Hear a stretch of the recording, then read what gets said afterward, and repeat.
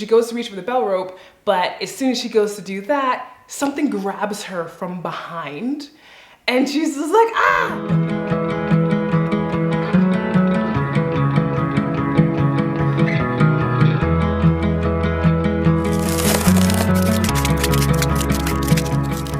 Hey everyone, it's Jules, and I thought it would be really fun to tell you a famous Icelandic ghost story, seeing how Halloween is literally coming up this weekend. And funny enough, even though Halloween is not something that's traditionally been celebrated in Iceland, that is changing and has definitely been changing since I moved here in 2016. So I figured it's a great time to embrace it even more and tell you something specifically that's a ghost story in Iceland. Like I mentioned, a lot of people here know this story, and it's called The Deacon of Dark River, which already sounds sketchy and like it's gonna be kind of terrifying. But at the end, you can definitely let me know if you found it to be scary or at least, of course, interesting, but I'm going to just dive right into it. This story takes place way back in the day, and specifically when people were using horses to get around as their form of transportation. And there was a deacon that lived in Myrká, which Myrká means dark river, and so that's where Deacon of Dark River comes from, in Eyjafjörður, and that's specifically in north central Iceland. So pretty high up there. Reykjavik, for those who don't know, is in the south of Iceland. In this area, this deacon, he had become familiar with this woman named Guðrún, and he wanted to court her. Now, she lived, though, in a different place. So she was working for a priest in a place called Bægisá, and in order for the deacon of Myrká, and this deacon's name, according to the story, has been forgotten, but you'll understand why Guðrún's name, the woman he was courting, was remembered. So anyway, so she lived in Bægisá, and he had to cross this river called Hörká. And if you're maybe hearing at the end, like Myrká, Bægisá, Hörká, there's an ow in all those, and in this particular context, ow means river. This individual, this deacon, wanted to go to visit Guðrún in order to invite her for Christmas festivities. So in essence, his idea was to ride to Guðrún in this other area, invite her, and then he would at some point when Christmas Eve came up, go and fetch her. So in essence, this is weeks before Christmas. It snowed heavily before he was planning to go and visit her in order to give her this invitation. And the river that he needed to cross froze over. And that was a good thing in essence, because then he could easily cross. It was no big deal.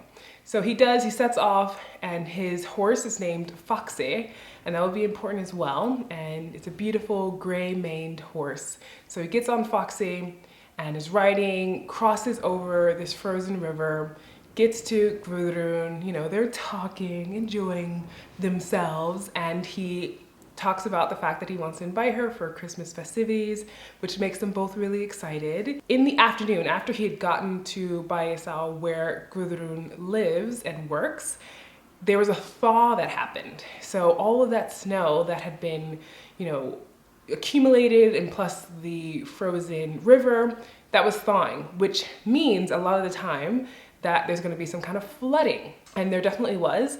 And it made it so that it was impassable in some places. But also, as the thaw was happening, the deacon of Myrká, Dark River, he was making his way back. And he thought that the river was frozen enough still to be able to hold him. So there's a bridge, though, he's going over. And so he goes over this bridge, but come to find out, when he's on the bridge, it breaks. So him and his horse on the bridge, it breaks. And he falls through. The both of them do, but he is the one who unfortunately hits his head. It isn't until the next day where a nearby farmer comes out onto his own field, like he straddles onto his own horse and goes riding out into the edge of his field and sees in the distance that looks like Foxy, which is the deacon's horse of Myrká. So he just goes down by the edge of the water where he sees the horse, where the horse is in there, And unfortunately, he then notices the body of the deacon laying in the water, and the deacon is dead, which is really sad. And since this individual, he had recalled when he thought about it, like, oh yeah, it must have been, that due to the thaw, because I saw the deacon going when everything was frozen, but due to the thaw, I guess, on the way back, I didn't notice him come by me because, there was no Netflix, there was no, internet or whatever happening. People had the capacity to be at their windows and seeing and noticing when people were coming by. Plus, this is the countryside as well. So yeah, he had noticed that, and so it was unfortunately not terribly surprising, but sad. And what he did is he went straight to Myrkau, which was near to him, so where the deacon had been residing, to let people there know what happened to him. The other problem is that due to this thawing and things being impassable, news was not able to get from where the deacon lived to Grudrun in Bægisá. So she was unaware, and anybody there was unaware that the deacon had died. And the weather, though, continued to be not so great, but on Christmas Eve, it calmed down. And this gave Grudrun hope because she thought, okay, the deacon will be here. It's gonna be a great time because I'm gonna enjoy the Christmas festivities. However, she didn't know that like a week before or so, that the deacon had been buried at Myrkau, because they got the body, took it back and buried him there at the farm. So of course she's just eagerly waiting. And as the day goes on, she's planning, getting all her stuff together, and there's a knock at the door of the farm that she lives on. And the woman who works along with her goes to open the door, but there's nobody there, which was kind of strange, but the woman was like, okay, whatever, I don't know. Comes back, tells Grudrun that, hey, nobody was there, so I don't know what's up. But in Grudrun's mind, she's like, oh, that's just a game that I think is meant for me, like my little sweetheart, is playing a game because the wrong person answered the door or something. I'm making up the wrong person didn't answer the door part, but it kind of feels like this was perhaps, was going through her mind. And so she said, I'm gonna go out anyway and just see what's going on. And in her haste to want to go outside to see what happened, she put on just one sleeve of her coat and then took the other and basically just put it over her. So like the arm wasn't in there, it was just hanging there. And she sees a figure outside and Foxy, the horse. So she's like, it must be the deacon, of course, so exciting.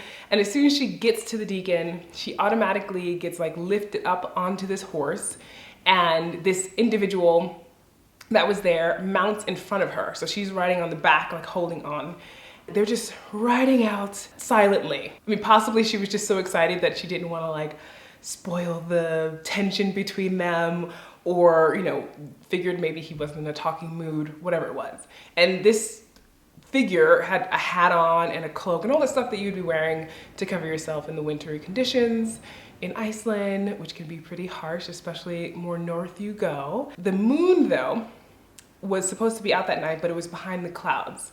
And when they get to one area, I think it's Hörgá, which is this river that originally where he died, they get there to cross, and there's like these high walls of ice. So the horse needs to leap.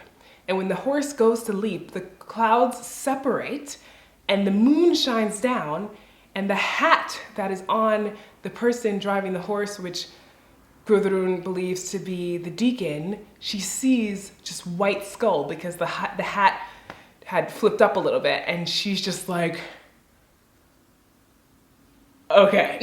She doesn't say anything because in her mind she's just like, what the f?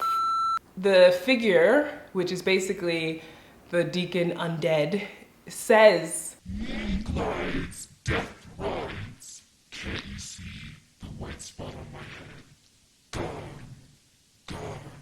She's then more shocked because, first of all, this creepy thing that she's riding with said this to her, and she's also aware of, for the most part, that when the undead, and this is in Icelandic folklore at least, they do not say God. And in the name Guðrún or Guðmundur, which is the traditional names or like names that are probably quite popular in Iceland, Guð means God. So the undead or these ghosts and all these things, they don't say God.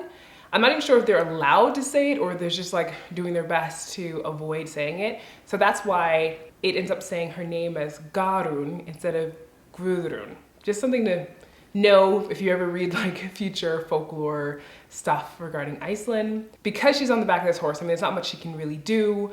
And they ride on, and what's thought of as they just ride on in silence till they reach Myrká, which is where the deacon lived, and of course where the deacon is supposed to be buried. And when they reach the gate of Myrká, they both dismount Faxe, and the figure, the undead deacon, says to her, "Wait for me here, God, while I take Foxy across the yard.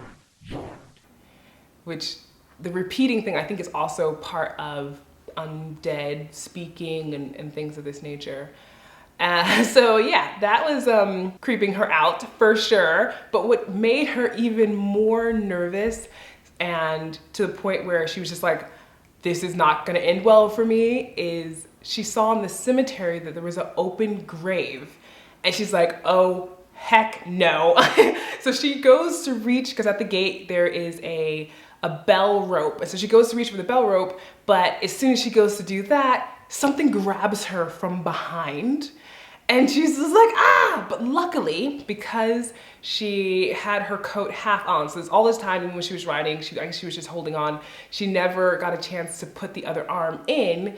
So the undead deacon is ripping at her coat, and the sleeve here, like the seam, it just rips off. And when she turns to look behind her at this, undead figure, she sees the skeleton of the deacon tumbling back into the grave that was open with the ripped part of her coat. And then as it falls in, the ground just like covers up the deacon and the undead deacon. And so she's just like ringing the bell, trying to like get people at Myrká's attention. Once they come out, she's just like in complete shock and creeped out, but is able to at least get confirmed that the deacon had died. And she then talks about what happened to her in terms of with this undead deacon that came to get her and bring her to the farm for the festivities. Everyone, of course, they're like, oh wow, that's horrible. Like, trying to comfort her in some way. But they bring her in and they decide that, okay, just like stay here, get some rest until we can get you back to where you live. However, that night was so awful for Guðrún and everyone in the house because the deacon came out to haunt her while she was sleeping there. And for the next 2 weeks, she was never left alone because otherwise she wouldn't be able to get any type of rest. So like people were taking turns, like watching out to see if the deacon was coming. And thankfully though, a sorcerer from another fjord came with a solution, was able to arrive with a solution to get rid of this undead ghost skeleton deacon that was haunting Guðrún, who honestly had just been excited about having these Christmas festivities, but is getting haunted by her dead, or I guess just to say undead love interest. It's just really harsh. And so this sorcerer comes up with the idea of getting this huge boulder that is then rolled down the hill, and the gable of the house, which in essence is like this front part of the house, the rock, the big boulder was placed there. And the idea was that when the deacon comes to the farmhouse, the sorcerer is going to find a way to trick it. Lo and behold, here comes the undead deacon reporting for duty to haunt Guðrún and make everyone else's life in the house miserable. And the sorcerer is then able to back this undead figure into a corner, strike it down, and then roll the big boulder over it. And that is where the deacon, as of the story and maybe at this farm, is said to lay the rest there until this day. So If you ever go to Eyjafjörður, specifically Myrká, and you see a big boulder or rock in front of somebody's house, don't move it because maybe that means you'll get haunted, who knows? And in terms of with Gudrun, she did make it back to Bæjará, and she was never heard of again, and it's never heard that, you know, she was being haunted anymore by any ghost, at least definitely not by the deacon. So yeah, quite intense. And I thought also I would share with you where I got this story from. I mean, I've read it on the internet before, but if you wanted some type of stories like this for yourself, there's a great book called The Trolls in the Knolls, 35 Icelandic folk and fairy tales. And actually you can kind of see like there's like a, what would be on the bottom, the deacon riding on a horse, riding on Foxy. If you enjoyed hearing this story, this little Halloween special that's Icelandic style, definitely make sure to give this a thumbs up and of course share it with anybody that you think would find it interesting. Of course, you know, the link to this book will be in the description box so you can check that out and get other stories that have to do with elves, trolls, all different types of figures in Icelandic folklore who make our, you know, it makes it more colorful and interesting to read about and also get some insight into the culture. For more awesome content that is coming up in the future, including a video I did with my mom where we talk about how she felt about moving to Iceland, which was fascinating. That is coming up actually pretty soon. Definitely make sure that you're subscribed and hit the notification bell so you don't miss out on awesome content that is coming on this channel. Happy Halloween to all of those who like to celebrate it. And in Icelandic, that is Gleðilega Hrekkjavöku. As always, thanks for watching, and I will see you in the next one.